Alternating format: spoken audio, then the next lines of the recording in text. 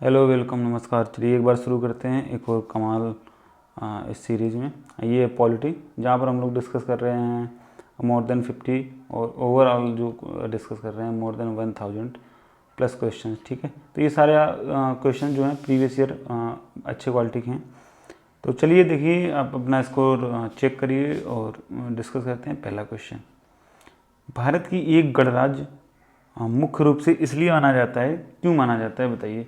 राज्याध्यक्ष का चुनाव होता है, उसे 15 अगस्त 1947 को स्वतंत्रता मिली थी, या उसका अपना लिखित संविधान है, उसकी सरकार संसदीय प्रणाली के अनुसार है। तो बताइए इसका जो आंसर होगा, गणराज्य का मतलब समझते हो, रिपब्लिक। ठीक है, पहले इसका मतलब समझ लो। जो रिपब्लिक डे मनाया जाता है ना, रिपब्लिक का मतलब क्या होता है। तो अगर आपका जो गणराज्य इसलिए माना जाता है क्योंकि उसको जो राज्याध्यक्ष है ना, देखो कुछ लोग जिन्होंने अपना ये अगर ये लगाया है तो ये गलत है। संविधान लिखे थे, इसका मतलब ये थोड़े ना गणराज्य। रिपब्लिक का जो मतलब होता है, जो इसका राज्य का अध्यक्ष होता है ना, वो इनडायरेक्ट तरीके से जो है ना, आज जो अप्रत्यक्ष ढंग होता है उसका जो प्रतिनिधि होता है, इसकी एक निश्चित अवधि होती है और चुना जाता है। ठीक है, इलेक्टेड पर्सन होता है। ठीक है, अगर आपका रिटन कॉन्स्टिट्यूशन है तो आप गणराज्य नहीं हो, क्योंकि रिटन कॉन्स्टिट्यूशन तो ऐसे तो चाइना का भी है, उनका भी लिखे थे, लेकिन जो है ना वहाँ पे सी जिनपिंग साहब जो है ना परमानेंट हैं, उन्होंने डिक्लेयर कर दिया। बट इंडिया में क्या ऐसा हो सकता है? नहीं हो सकता है। अगर ऐसा हुआ तो यहाँ पर भी डिस्पोटिक जो गवर्नमेंट हो जाएगी, डिस्पोटिज्म हो जाएगा, यानी तानाशाही जो है ना चालू हो जाएगी। ठीक है, आई होप आप समझ गए होंगे। क्वेश्चन नंबर 2 डिस्कस करते हैं। भारतीय संविधान ने भारत को किस प्रकार वर्णित किया है? बताइए भाई, भारतीय संविधान ये देख ली कितनी बार आया हुआ है। ठीक है, और भी बहुत बार आया हुआ है। तो बताइए किस प्रकार वर्णित किया है। तो इसका आंसर क्या होगा? इसका आंसर होगा भारत एक राज्यों का संघ है। अगर शुरू के आर्टिकल देखेंगे तो उसमें ही लिखा है इंडिया जो है ना वो एक राज्यों का संघ है, यूनियन ऑफ स्टेट। ठीक है, क्वेश्चन नंबर तीसरा है, भारतीय संविधान की प्रस्तावना में धर्मनिरपेक्ष यानी सेकुलर शब्द जोड़ा गया है। देखो 3 शब्द जोड़े गए थे, मैं बता देता हूँ। जो आपका एक है सेकुलर, ठीक है, इंटेग्रिटी और सोशलिज्म, ये 3 वर्ड जोड़े गए थे। तो धर्मनिरपेक्ष हो गया और ये इंटेग्रिटी और सोशलिज्म। ये कौन सा कॉन्स्टिट्यूशनल अमेंडमेंट था? मोस्ट इम्पॉर्टेंट है। तो इसका आंसर क्या होगा? 42 42वां संविधान संशोधन। तो अब ये हुआ कब था? ये भी पूछा जाता है। 1976 में हुआ था ये जो कॉन्स्टिट्यूशनल अमेंडमेंट है, यानी संविधान संशोधन है 1946 में। 1976 में 42वां संविधान संशोधन था, जिसमें पंथ निरपेक्ष और सर्वसमभाव जो ये चीज़ें हैं ना। देखो मैं बताता हूँ, जो अगर एक यहाँ पे क्वेश्चन ये भी होता है कि अगर ये 1976 में ऐड किया गया था और ये सेकुलर और सोशलिज्म ये दोनों वर्ड 1976 में इंट्रोड्यूस किए गए थे, तो क्या इससे पहले इंडिया सेकुलर नहीं था? क्या इससे पहले इंडिया में सोशल समाजवाद नहीं था? तो था। ये मात्र एक पॉलिटिकल स्टेटमेंट थे जो मैडम इंदिरा गांधी द्वारा इंट्रोड्यूस किए गए थे। ठीक है, बाकी जो अंबेडकर साहब ने इनके बारे में बिल्कुल साफ बिल्कुल क्लियर मेंशन कर रखा है। अगर आप प्रीएम्बल देखेंगे तो प्रीएम्बल में लिखा हुआ है कि जो इक्वलिटी है, equity of thought expression, equality of thought expression, belief, faith and worship. ठीक है, थॉट एक्सप्रेशन, बिलीफ, फेथ की जो इक्वलिटी है वो अंबेडकर साहब ने उन्होंने जो है ना मेंशन कर रखी है। और उसमें भी जस्टिस भी उसमें डिफाइन है। तो ये दोनों वर्ड जो है ना पहले से ही मेंशन हो रखे हैं, मात्र पॉलिटिकल स्टेटमेंट था। आई होप आप समझ गए होंगे। क्वेश्चन नंबर अगला देखते हैं। दुनिया के निम्नलिखित में से किस देश से भारतीय संविधान में डीपीएसपी यानी कि directive principle of state policy, राज्य की नीति निर्देशक सिद्धांत की संकल्पना को अंगीकार किया गया है? देख लो कितनी बार आया है। ठीक है, और ये जो भी जहाँ से आया हुआ है इसको बहुत याद करके रखना। Ireland is the right answer. अब देखो जो इसके डीपीएसपी हैं आर्टिकल 36 to 51 है। ठीक है, आप इनको कोशिश करें कि कुछ जो इसमें इंपॉर्टेंट है उनको आप जो है ना याद रखें। ठीक है, तो इस क्वेश्चन नंबर 5, भारत में राजनीतिक शक्ति का जो स्रोत है वो कौन है? देखो कितनी बार है। संविधान, संसद, राज्य विधानसभाएं, हम लोग अर्थात जनता। तो जो कॉन्स्टिट्यूशन में राजनीति में किसी भी नेता को पावर कौन देता है? We the people of India, हम भारत के लोग। हम अपनी ट्रांसफ़र किसको करते हैं? यानी हमारे पास जो अडल्ट सफराज का जो तरीका है, हम अपनी ट्रांसफ़र करते हैं एमएलए या एमपी को या पंचायत में, ठीक है, और वो अपनी पावर ट्रांसफ़र करते हैं एमएलए या एमपी अपनी ट्रांसफ़र करता है सीएम और पीएम को, ठीक है, और ये ओवरऑल मिला के अपना प्रेसिडेंट बनाते हैं, और जो हम लोगों को बाद में, क्योंकि बाई चॉइस हम लोग उनको चुनते हैं, तो वो लोग हमको फिर रूल करते हैं अपने हिसाब से, ठीक है। तो लेकिन पावर ट्रांसफ़र कौन करते हैं? हम भारत के लोग। अगर किसी ने संविधान किया है तो गलत है, ठीक है। भारतीय संविधान की प्रस्तावना में निम्नलिखित में से किसका उल्लेख नहीं किया गया है? तो बताइए, न्याय का, भ्रातृत्व का, ये फ्रेटर्निटी है, ठीक है, ये जस्टिस है, ठीक है, ये अडल्ट सफराज है, ये स्थिति की समानता है। तो बताइए इसका आंसर क्या हो जाएगा? जो अडल्ट सफराज है, वयस्क मताधिकार, ठीक है, ये जो है ना संविधान की प्रस्तावना में नहीं उल्लेख है, ठीक है। ये देखो संविधान की प्रस्तावना याद रखना, कॉन्स्टिट्यूशन में तो लिखा है न्याय, देखो क्योंकि जब जस्टिस की बात आती है, justice of social, economic and political, ये तीनों जस्टिस का जो है ना ये लिखा हुआ है। Fraternity assure the dignity of individual, ये भ्रातृत्व भी है, और इक्वलिटी अभी तो मैंने बताया, equality of thought expression, belief, faith and worship, ठीक है। क्वेश्चन नंबर 7वां देखते हैं। भारत के संविधान का ढांचा तैयार करने के लिए हमने संघीय व्यवस्था की योजना किस देश से ली है? संघीय, बताइए भाई। हाँ, जो संघीय व्यवस्था है वो कहाँ से ली गई है? कनाडा से। याद रखेंगे जब भी संघ की बात आती है तो जो इसका आंसर क्या हो जाएगा? इसका आंसर हो जाएगा कनाडा। हमारे संविधान में मूल अधिकार कहाँ से संविधान द्वारा प्रेरित हैं? अधिकार की बात आती है तो यू ऐसे, ठीक है। और बताइए यूएसए से क्या लिया गया है? आप, ये आपका काम है, ठीक है। और क्वेश्चन नंबर 9 है, भारतीय संविधान में कितनी अनुसूचियाँ हैं?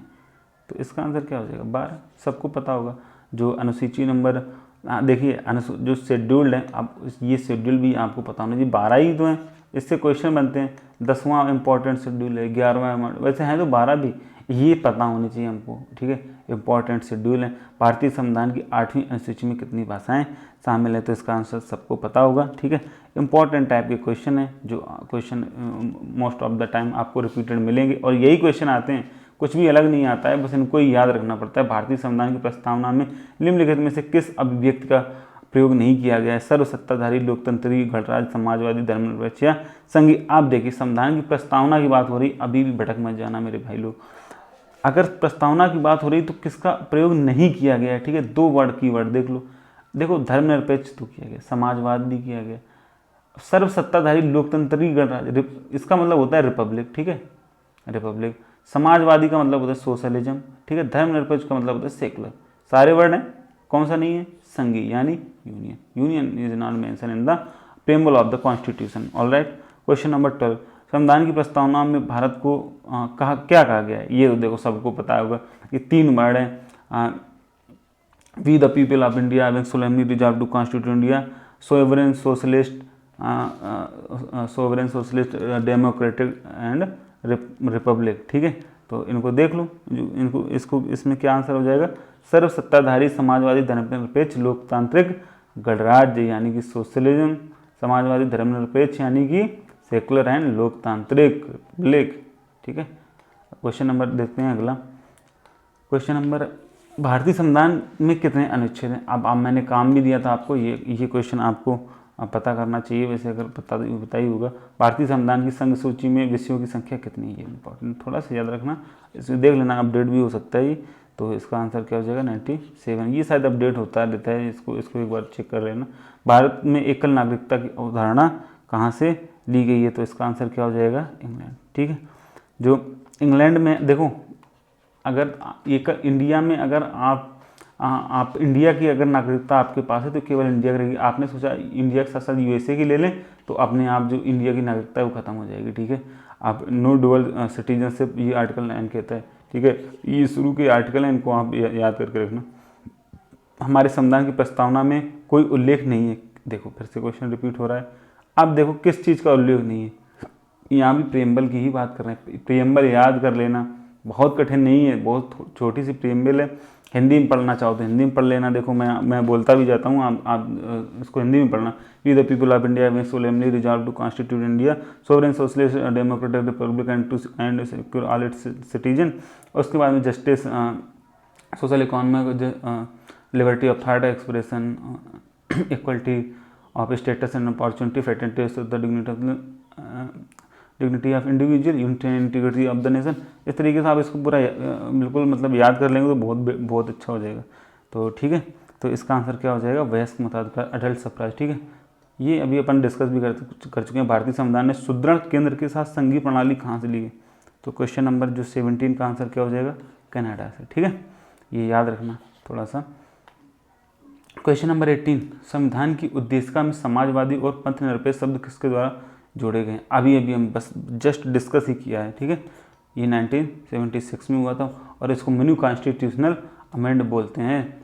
ये संविधान का जो मिनी कॉन्स्टिट्यूशनल अमेंडमेंट होता है ना, कॉन्स्टिट्यूशनल अमेंडमेंट मतलब संविधान संशोधन। भारतीय संविधान में न्यायिक समीक्षा का प्रावधान किस देश से लिया गया है? जो न्यायिक समीक्षा होती है वो यूएसए से ली गई है। ठीक है, क्वेश्चन नंबर 20, राष्ट्रपति जो द्वारा राज्यसभा के सदस्यों का नामांकन नियम जो किस देश से लिया गया है? दे बताओ, कितना इंपॉर्टेंट क्वेश्चन है। जो राज्यसभा में 12 मेंबर हम लोग नॉमिनेट करते हैं, जो मिस्टर प्रेसिडेंट जो है ना, जो नॉमिनेट करते हैं, ये लिया कहाँ से गया है? ये क्वेश्चन 20 बोल रहा है, तो इसलिए इसका आंसर क्या हो जाएगा, आयरलैंड। और आयरलैंड से क्या लिए गए हैं? डीपीएसपी। समझ में आ रही है बात? ठीक है, समझ आ रही है तो बढ़िया है। क्वेश्चन नंबर अगला देखते हैं 21, सर्वसत्ता संपन्न संसद की अवधारणा किस देश की देन है? सर्वसत्ता संपन्न, तो इसका आंसर क्या हो जाएगा, इंग्लैंड। ठीक है, इंग्लैंड की जो है ना। भारतीय संविधान में समवर्ती सूची किसके संविधान से ली गई हैं? तो इसका आंसर क्या हो जाएगा, ऑस्ट्रेलिया। ठीक है, समवर्ती सूची ये इंपॉर्टेंट है, थोड़ा सा याद रखना। और व्यापार वाणिज्य जो इसकी स्वतंत्रता के बारे में बताती है। भारतीय संविधान में राष्ट्रपति के चुनाव की प्रणाली किस देश से? Presidential election. ठीक है, अब आप समझ ही गए होंगे, प्रेसिडेंशियल इलेक्शन होंगे तो कहाँ से होंगे? आयरलैंड से। समझ में आ रही बात? जो राष्ट्रपति के निर्वाचन की जो विधि है उसको आयरलैंड के संविधान से ग्रहण किया गया है। ठीक है, और इस राज्य के जो नीति निर्देशक तत्व हैं, राज्यसभा के लिए मनोनीत करने की जो विधि है, ये भी आयरलैंड के संविधान से मिली है। अभी हम लोगों ने डिस्कस भी किया, याद रखेंगे। क्वेश्चन नंबर 24, भारत में सरकार की संसदीय प्रणाली इसलिए है क्योंकि, बताइए इसका आंसर क्या होगा, लोकसभा में मंत्रिपरिषद उत्तरदायी है। समझ रहे हो? मंत्रिपरिषद जो है ना, लोकसभा के लिए उत्तरदायी होती है। जिस दिन आपका पीएम रिजाइन कर देगा ना, उसी के साथ साथ आपकी जो मंत्रिपरिषद है ना, वो भी खत्म हो जाती है। ठीक है, तो जो मास्टर होता है ना, मास्टर ऑफ द रोस्टर, वो कौन होता है? वो पीएम होता है। यहाँ पे नाव में बैठा होता है, यहाँ पे सारे मंत्री सवार होते हैं, जैसे ये डूबता है पूरी नाव डूब जाती है। समझ गए? अगला क्वेश्चन देखते हैं 25, भारत के संविधान में संघीय शब्द का प्रयोग कहाँ पर हुआ है? आप बताइए। देखिए इंपॉर्टेंट क्वेश्चन है, और जैसा कि आप देख रहे हैं आया भी वो क्वेश्चन है, तो इसका आंसर क्या हो जाएगा, संविधान में कहीं भी नहीं किया गया। याद रखेंगे। निम्न में से कौन भारतीय संविधान की विशेषता नहीं है? बताइए भाई, भारत की संविधान की विशेषता क्या नहीं है? तो सरकार का संसदीय स्वरूप तो है ही, न्यायपालिका की स्वतंत्रता। देखो, जो इंडिया में जो 3 फ्रीडम थिंग्स हैं वो मैं आपको बता देता हूँ। एक तो आपका हो गया क्या, लेजिस्लेशन। ठीक है, एक हो गया एग्जीक्यूटिव। ठीक है, और एक हो गया जुडिशियल सिस्टम। ये तीनों है ना, ये तीनों का शेयर बराबर बराबर है। इनका काम होता है लॉ बनाना, और इनका काम होता है जो एग्जीक्यूटिव होते हैं, एग्जीक्यूटिव में इनका काम होता है लॉ को फॉलो करवाना, मनवाना, और उस लॉ में क्या फ्लो, क्या कमी, उसकी वजह से प्रॉब्लम हो रही, वो काम होता है इसका। लेकिन ये तीनों आपस में, जुडिशियल सिस्टम, जस्टिस, ये तीनों आपस में मिला जुला के काम करती हैं। ठीक है, तो अब इसका अगर आंसर आप देखोगे तो सरकार का जो अध्यक्षात्मक रूप है ना, इसकी विशेषता नहीं है, ये संघीय सरकार की विशेषता है ना। और जो टोटल जो सरकार होती है ये इसके अंग होते हैं, लेकिन ये मिला जुला के ये इस तरीके से रहते हैं। ठीक है, भारतीय संविधान कैसा है? आप बताइए, भारतीय संविधान कैसा है? इतना सारा कॉन्स्टिट्यूशन बता दिया, अब आप तो बता ही सकते हैं क्योंकि आप लोग बहुत इंटेलिजेंट हैं। अर्धसंघीय और संघीय। ठीक है, क्वेश्चन नंबर 28, भारतीय संविधान का अनुच्छेद 1 सब क्लॉज 1 में ये घोषणा की गई, इंडिया अर्थात भारत है राज्यों का संघ। क्वेश्चन नंबर 28 का आंसर हो जाएगा 1। क्वेश्चन नंबर 29, सामाजिक न्याय का क्या अर्थ है? तो क्वेश्चन नंबर 29 का आंसर क्या होगा, सामाजिक न्याय यानी कि सोशल जस्टिस। ठीक है, सोशल जस्टिस ये प्रीएम्बल में लिखा हुआ है, अगर आप देखेंगे तो ये क्या बोलता है, जाति, नस्ल, रंग और सभी अलग प्रकार के भेदभाव दूर होने चाहिए। ठीक है, ये कौन से आर्टिकल में लिखा है, आर्टिकल 14 to 18 अगर आप पढ़ेंगे तो वहाँ पे हम लोग डिस्कस करेंगे राइट टू इक्वलिटी। आर्टिकल जो 15 है वो 15 जो है ना, आर्टिकल 15 बोलता है, अगर मूवी भी देखी होगी तो उसमें लिखा है जो इसमें जो जाति, नस्ल और इससे है ना भेदभाव नहीं होना चाहिए। संविधान के अंतर्गत भारतीय लोकतंत्र के आदर्शों को हम कहाँ देखते हैं, क्वेश्चन नंबर 30। तो बताइए जो भारत जो आदर्श हैं वो कहाँ पे हमको दिखते हैं, तो आदर्श की बात आती है तो कहाँ दिखते हैं, हमारे प्रियम्बल में। ठीक है, यहाँ पे सब कुछ लिखा हुआ है। तो क्वेश्चन नंबर 31, धर्मनिरपेक्ष राज्य कहा जाएगा, पढ़िए चारों ऑप्शन, किसको बोलेंगे आप धर्मनिरपेक्ष राज्य, तो इसका आंसर क्या हो जाएगा, धर्मों के बीच भेदभाव ना करने वाला राज्य। धर्म विरोधी तो गलत ही हो सकता है, विशेष धर्म का पालन करने वाला हो नहीं सकता है। ठीक है, सभी धर्मों को एक राज्य नहीं। ठीक है, विधि का शासन, यानी कि जो मेरा वचन ये मेरा शासन है। ठीक है, समझ रहे, विधि का शासन, रूल ऑफ लॉ बोलते हैं, रूल ऑफ लॉ बोलते हैं इसको। ठीक है, संकल्पना कहाँ संवैधानिक प्रणाली की विशेषता है, आप आर्टिकल जब आर्टिकल आप डिस्कस करते हैं 14 तब यहाँ पे ये पढ़ाया जाता है रूल ऑफ लॉ। ठीक है, तो इसका आंसर क्या हो जाएगा, ब्रिटेन। आधारिक लोकतंत्र किससे संबंधित हैं, तो बताइए, जो शक्तियों का हस्तांतरण, शक्तियों का विकेंद्रीकरण, पंचायती राज प्रणाली। तो what is the right answer, right answer will be all of the above. ठीक है, जो पावर भी ट्रांसफ़र होनी चाहिए, जो पावर सेंट्रलाइज भी रहनी चाहिए, कभी कोई प्रॉब्लम हो जाए तो कोई तो हो बचाने वाला, और जो पंचायती राज सिस्टम है ना, जो अगर आप पढ़ोगे अशोक मेहता कमेटी तो आगे भी और भी अपन क्वेश्चन इससे रिलेटेड डिस्कस भी करेंगे। निम्नलिखित में से किस निर्णय में कहा गया था कि धर्मनिरपेक्षवाद और संघवाद भारतीय संविधान की मूल विशिष्टताएं हैं, ये देखिए, ये क्वेश्चन बहुत अच्छा है, इसका आंसर क्या हो जाएगा, SR जो बमोई का मामला था ना, है ना, अगर आपने इस बहुत डिटेल से पढ़ते नहीं, 1994 में ये हुआ था, 1994 में SR बमोई का केस था, और सावंत और जो न्यायमूर्ति थे इन्होंने ये अवलोकन किया था, कुलदीप सिंह ने, कि संघवाद और धर्मनिरपेक्ष हमारे संविधान के मुख्य लक्ष्यों में इसके बुनियादी हिस्से हैं, है ना, भारतीय संविधान की धारा 376 है। क्वेश्चन नंबर 36,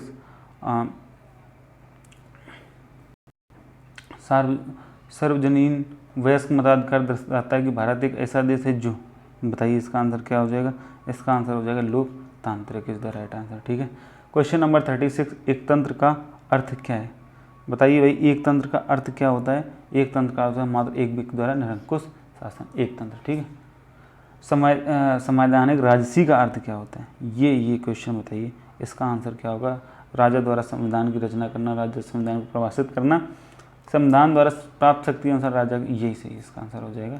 ठीक है, संविधान द्वारा प्राप्त शक्ति के अनुसार राजा के द्वारा शक्तियों का प्रयोग करना। क्वेश्चन एक बार फिर से देख लो, संवैधानिक राजसी का अर्थ क्या होता है, तो संवैधानिक राजसी का अर्थ होता है संविधान द्वारा प्राप्त शक्ति के अनुसार राजा के द्वारा शक्तियों का प्रयोग। लोकप्रिय प्रभुसत्ता क्या है, बताइए, 38 इसका क्या आंसर हो जाएगा, इसका आंसर हो जाएगा जनता का प्रभुत्व। ठीक है, लोकप्रिय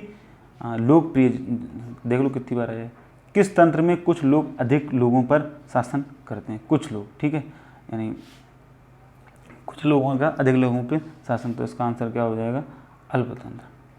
ठीक है, अल्प लोग बहुत सारे लोगों पे शासन करते हैं। ठीक है, क्वेश्चन नंबर 40, सरकार के संसदीय रूप का विचार कहाँ से आया है, अभी देखो इससे पहले हम लोगों ने डिस्कस किया, आंसर क्या हो जाएगा, ब्रिटेन।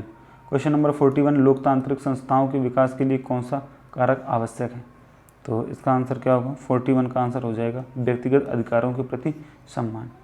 लोकतांत्रिक संस्थाओं के लिए विकास के लिए कौन सा कारक आवश्यक है, ये 42, उस देश का नाम बताएं जिसमें संशोधन के लिए प्रक्रियाओं की संवैधानिक सुविधा को भारत से उधार लिया गया है। इंपॉर्टेंट क्वेश्चन है, याद रहेगा ना, देखो ये ऐसा ही में आया वो CPSI में। तो 42 का आंसर क्या हो जाएगा, साउथ अफ्रीका। ठीक है, साउथ अफ्रीका से संवैधानिक जो है ना जो सुविधाएं हैं वो भारत से ली गई। 43, निम्न में से किस देश ने भारतीय संविधान ने लिखित संविधान के रूप को प्राप्त किया है, बताइए। 43 का जो आंसर हो जाएगा USA का सबसे पहला कॉन्स्टिट्यूशन था, वहीं से प्रेमबल ली गई है, we the people of India, वहाँ के लोग लिखते हैं we the people of USA। 44, ठीक है, जो क्वेश्चन नंबर 44 से देखेंगे, प्रस्तावना की कौन सी विशेषता में कहा गया है कि किसी भी सह नागरिक के साथ गौण व्यवहार नहीं करना चाहिए। क्वेश्चन नंबर 44 का आंसर क्या हो जाएगा, भाईचारा। ठीक, किसी भी सह नागरिक के साथ गौण व्यवहार नहीं करना चाहिए, तो इसका आंसर क्या हो जाएगा? भाईचारा। प्रस्तावना की ये विशेषता है। फ्रेटर्निटी, भारतीय संविधान की उद्देशिका में बंधुता शब्द का तात्पर्य किससे? फ्रेटर्निटी आ गया ना, तो इसका आंसर क्या हो जाएगा? भाईचारे से। ठीक है, निम्नलिखित में से कौन सा एक भारतीय संविधान की मुख्य विशेषता नहीं है? तो इसका आंसर क्या हो जाएगा? अल्पतंत्र। ठीक है, ये अपन ने डिस्कस कर चुके हैं, ये सब है। क्वेश्चन नंबर 47, निम्न में से कौन भारत का एक सेकुलर राज्य के रूप में वर्णित करता है? सेकुलर है, ठीक है, तो आपको पता ही हुआ प्रेमबल। इसकी जो प्रेमबल है ना, ये आकांक्षाओं को जो संक्षिप्त रूप है, अमेरिका के संविधान का जो प्रथम संविधान है और 42वां संविधान संशोधन के द्वारा संशोधित भी हो चुकी है। ठीक है, DPSP मत मार देना भाई लोग। भारतीय संविधान की प्रस्तावना में उल्लिखित न्याय किसके रूप में स्वीकारा गया है? जो जस्टिस है वो किसके रूप में स्वीकारा गया है? ठीक है, तो इसका आंसर क्या हो जाएगा? ये राजनीतिक न्याय, आर्थिक न्याय और सामाजिक। जस्टिस फॉर, उसमें लिखा हुआ है, अगर आप पहली लाइन देखोगे तो लिखा है पॉलिटिकल, इकोनॉमिकल एंड सोशल। ठीक है, क्वेश्चन नंबर 49, निम्नलिखित में से कौन लोकतंत्र के पक्ष में अच्छा तर्क नहीं है? आप बताइए कौन सा अच्छा तर्क नहीं है? आप पढ़िए इन सभी तर्कों को और इसका आंसर क्या हो जाएगा? लोकतंत्र दूसरों से अधिक समृद्ध है। अब ये बताइए, ऐसा तो हम कोई स्टेटमेंट दे नहीं सकते। ठीक है, वैसे भी लोकतंत्र को तो जो बहुत सारे फिलोसफर मानते ही नहीं थे। ठीक है, लोकतंत्र नागरिकों का गौरव बढ़ाता है, बिल्कुल सही बात है। लोकतंत्र विवाद को बेहतर तरीके से सुलझाता है, बिल्कुल सही बात है। ठीक है, तो अब इसका अच्छा तर्क नहीं हो सकता, तो समझ रहे हो? क्वेश्चन नंबर 50, एक देश सरकार संवैधानिक कानूनों तथा नागरिक अधिकारों द्वारा खींची भारतीय सीमाओं के भीतर ही काम करती है, तो इसका आंसर क्या हो जाएगा? लोकतांत्रिक। एक लोकतांत्रिक सरकार संवैधानिक कानूनों तथा नागरिक अधिकारों द्वारा खींची गई निर्धारित समय सीमाओं के भीतर ही काम करती है। किस प्रकार की सरकार में शासकों का चुनाव लोग करते हैं? आप देखो फिर से आ गया लोकतंत्र। जब शासकों का चुनाव लोग करेंगे तो लोकतांत्रिक हो जाएगी, समझ रहे हो? एक संस्थागत प्रणाली है जो दो प्रकार की राजनीतिक व्यवस्थाओं को समाहित करती है, एक प्रांतीय स्तर पर, दूसरी केंद्रीय स्तर पर। बताइए इसका आंसर क्या हो जाएगा? क्वेश्चन नंबर 52 का आंसर क्या हो जाएगा? संघवाद। जो दो प्रकार की राजनीतिक व्यवस्थाओं को समाहित करती है, एक प्रांतीय स्तर पर, दूसरी केंद्रीय स्तर पर, संघवाद है। समझ गए? भारतीय संविधान में आपात उपबंध से लिए गए, कहाँ से लिए गए? जो इमरजेंसी प्रोविजन है, कहाँ से लिया गया? इसका आंसर क्या हो जाएगा? भारत सरकार 1935। इसी का सबसे ज़्यादा जो है ना असर भी पड़ा है, अगर आप देखोगे। क्वेश्चन नंबर 54,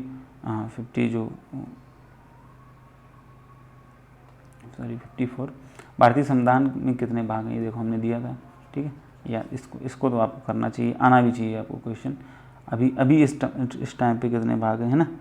तो अगर आपको पता होगा, वैसे 22 मत लगाना है इसको। किस प्रकार की सरकार को अपने निर्णयों से उठाए गए कदमों के आधार पर लोगों को बताना होता है। ठीक है, कुछ भी कर रही है तो उसको लोगों को बताना पड़ेगा।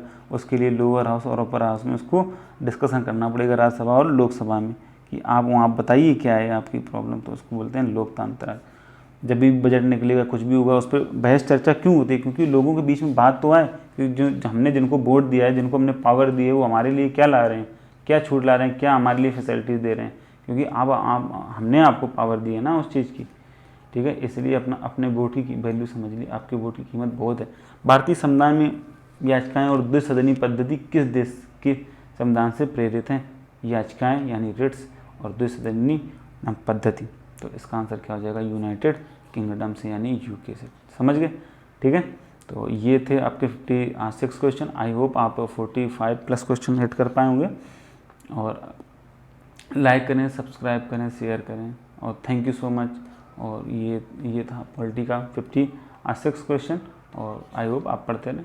Thank you so much.